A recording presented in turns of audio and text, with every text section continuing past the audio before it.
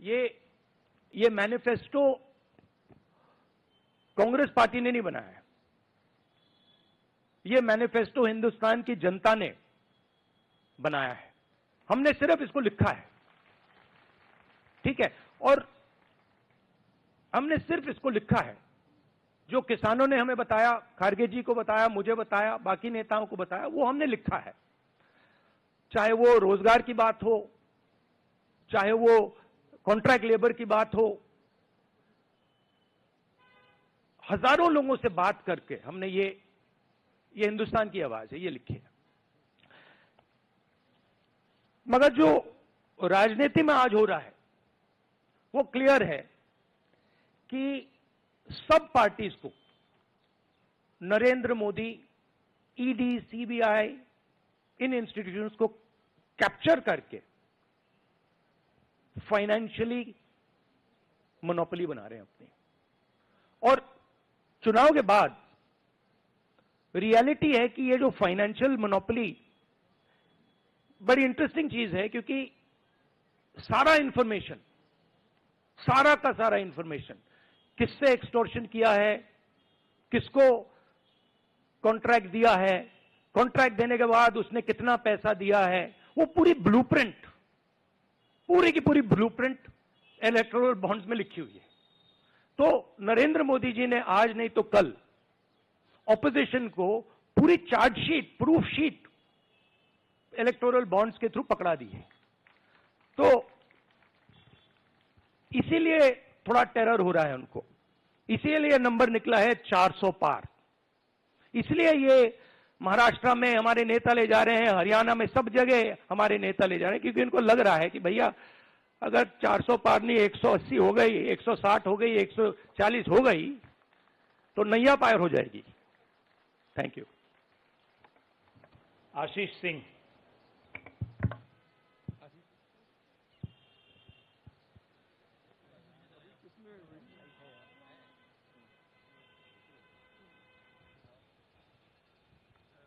Rahul ji, last time पिछले लोकसभा चुनाव में राहुल जी आपने मुझे याद है कहा था, you were convinced that time कि मोदी जी जा रहे हैं, मोदी जी का वक्त खत्म हो गया है। ऐसा हुआ नहीं, होता है राजनीति में। इस दफा नरेंद्र मोदी को आप कितनी बड़ी राजनीतिक चुनौती मानते हैं सर 2024 के चुनाव में? देखिए, 2019 में ये शुरू हुआ, आज ये एक तरह पीक पे पहुंच गया है। हिंदुस्तान के सारे इंस्टीट्यूशंस उनके हाथ में हैं, पॉलिटिकल फाइनेंस की मोनोपोली उनके हाथ में है।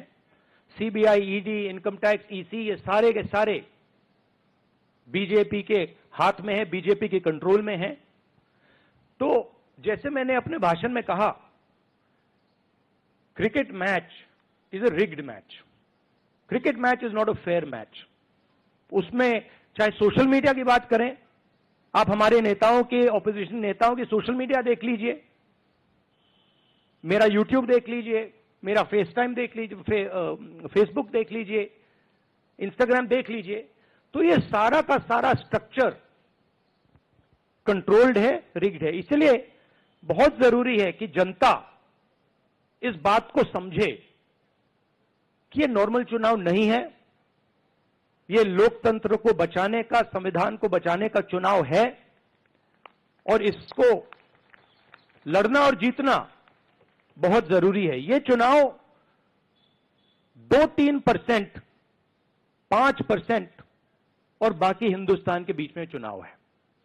और जो बाकी हिंदुस्तान चाहता है वो इस मैनिफेस्टो में है, और जो 2% चाहता है, जो अदानी जी चाहते हैं, वो आप उनका मैनिफेस्टो देख लीजिए, आपको पता लग जाएगा, उसमें उनकी रिक्वेस्ट लिस्ट पूरी की पूरी आपको मिल जाएगी।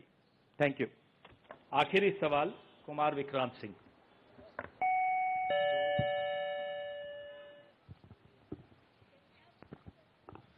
राहुल जी, 2009 में आपको भी याद होगा, उस वक्त मैनिफेस्टो में 2 तस्वीरें थी, मनमोहन सिंह जी की और सोनिया गांधी जी की। पूछा गया था पीएम कैंडिडेट कौन होगा, सोनिया जी ने अपनी तस्वीर छुपा ली थी। आज 2 तस्वीरें हैं, राहुल गांधी जी की और खड़गे जी की। कोई तस्वीर छुपाएंगे, कोई दिखाएंगे? नहीं, ये आप बड़े डिस्ट्रैक्शन वाले क्वेश्चन पूछते हो। देखिए, इंडिया गठबंधन में डिसीजन लिया गया है कि हम मिलकर एक साथ आइडियोलॉजिकल चुनाव लड़ रहे हैं। चुनाव जीतने के बाद लीडर कौन होगा, प्राइम मिनिस्टर कौन होगा, वो पूरा का पूरा जो कोलिशन है वो मिलकर डिसाइड करेगा। Thank you. धन्यवाद। अब कार्यक्रम की समाप्ति से पहले श्री केसी वेणुगोपाल कल के कार्यक्रम के विषय में आपसे 2 शब्द कहेंगे। Dear friends, today we are already released the brother, he wants South media chance.